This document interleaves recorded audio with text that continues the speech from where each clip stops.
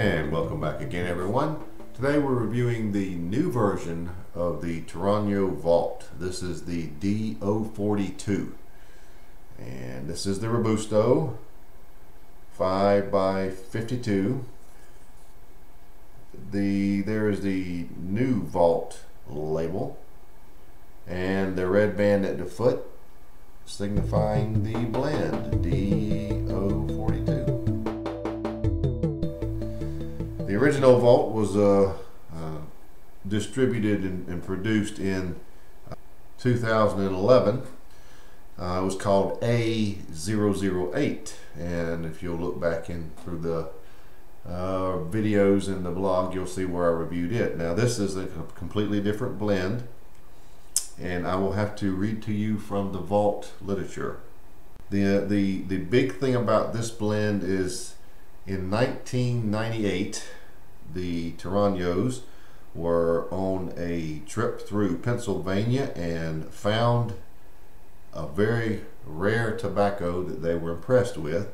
They entered it in their blend book, and the blend for the D-042, utilizing this Pennsylvania tobacco. Originally it called for a Sumatra Ecuadorian wrapper, but they actually wound up making it this production line with an Habano Ecuadorian wrapper.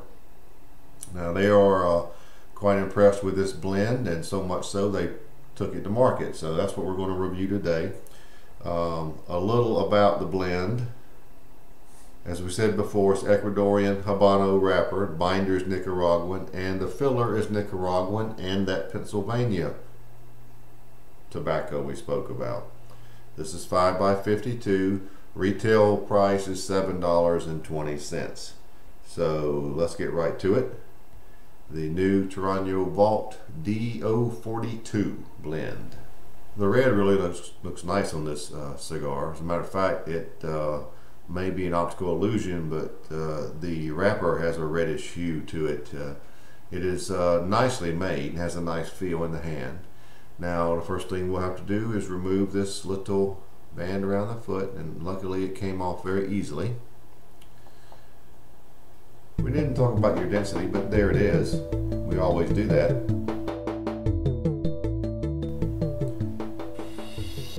Alright. It does have a nice feel. Feels very firm.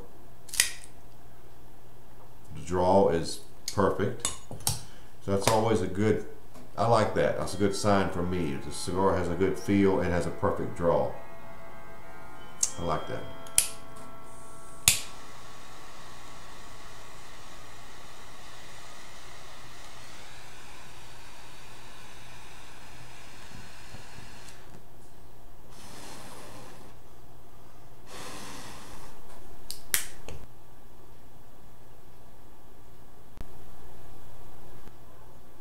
A lot of interesting flavors really mixed together here, and I'm going to try to be descriptive. It's going to be a little difficult because there's actually a wide variety of a mix.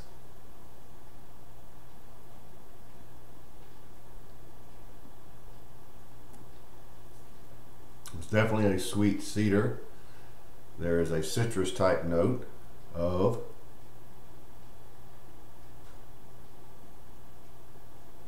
it's almost a grapefruit type citrus flavor combining with a very sweet cedar.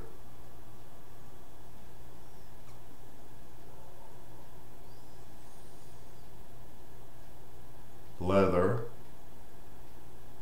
earth, coffee,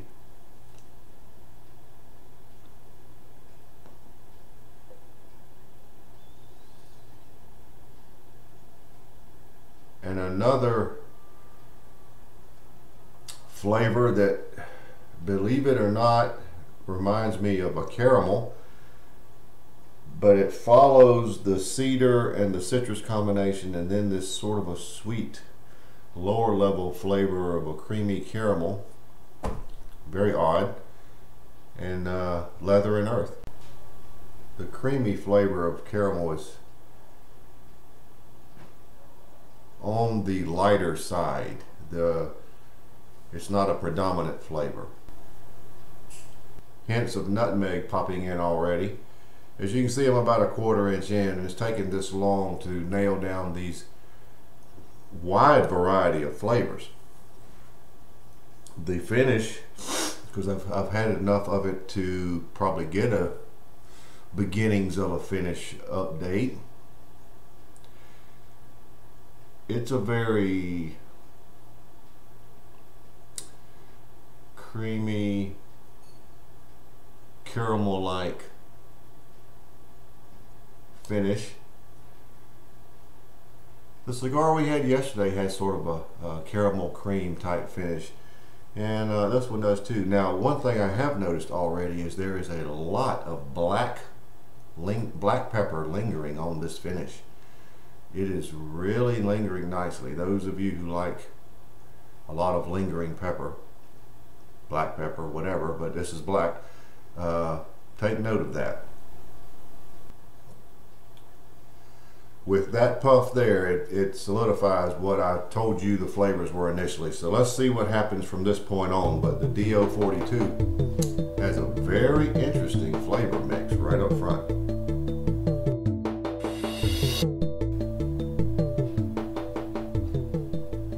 I'm about 1 inch in, and the flavors are pretty much like I described initially, but now the front end flavors are giving me more of a nutmeg primary flavor, followed by some sweetness, low-level sweetness, which I'm going to go back to that caramel that I was describing before. If you take nutmeg and a sweet caramel, that's sort of what you have. There is some richness there. I'm not really getting so much cedar or citrus anymore, but those other two here, the nutmeg and the caramel, is what I'm going to go with. Leather and earth are still there. Coffee notes are still bottoming it out. The peppers, on the front end, the pepper's around a 7, but the lingering pepper on the finish is very, very nice. I'll go with a cream on the finish with caramel characteristics. How's that? It's more of a cream with some sweetness, a sweet cream, but it has caramel characteristics to it. It's not so much overly caramel-like, but it has that little bit of a hint. For the lingering black pepper is very nice. I would call the cigar medium to full at this point. It's burning, as you can see, extremely evenly, but that's where we are. About 1 inch in, it did settle down to those flavors.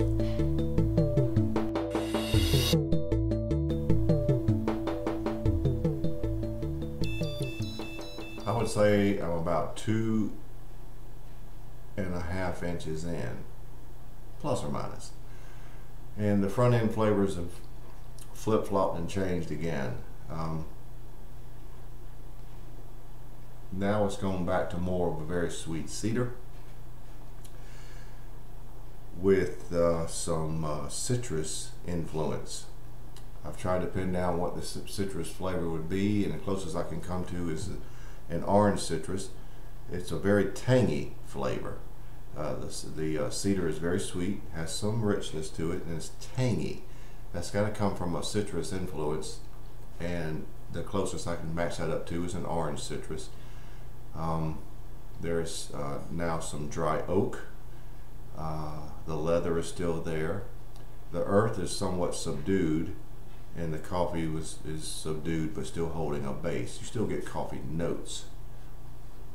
The finish is now really gone to more one of a toasted cream. It's a if you were to scorch cream, that's sort of what it is, toasted cream. The lingering pepper is backed off a little. It's not quite as intense as it was originally. The cigar is still what I would call medium to full body. So another really major change, adding up to be somewhat of a complex cigar.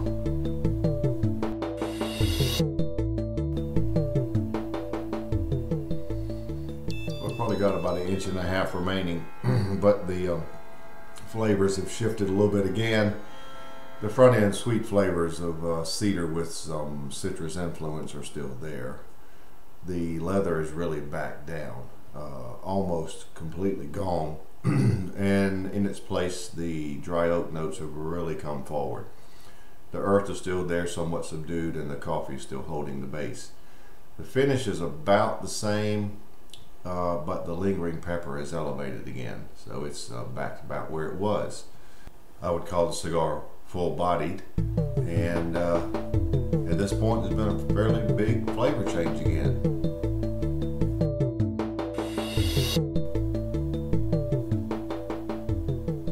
Well, we're down to the end, so let's wrap it up. This has been a very good cigar, very complex, made numerous major changes. Here at the end, the flavors are about like we described previously, didn't change much. I will point out to you the heavy influence of the dry oak right behind those two front end sweet flavors of cedar and citrus. Coffee notes remain good. Earth was very subdued, and again the leather went away entirely. Definitely the cigar is full bodied at this point. It achieved that at or before the last segment. The finish remained about the same, and I was quite impressed with this version of the Vault. I don't know the influence of the Pennsylvania tobacco, but the cigar had major changes here and there, and had to be attributed to whatever that tobacco brought to the table. Very good addition to the Vault line. I was very impressed. I'm giving it a score of 982. This cigar is very complex, had just about any flavor that most people would like, so at some point you will like what you get, and I urge you to try them. Pretty decent price point, can't go wrong there. Torano, tip of the hat to this version of the Vault. So there you have it, the Vault D-042 blend, 92.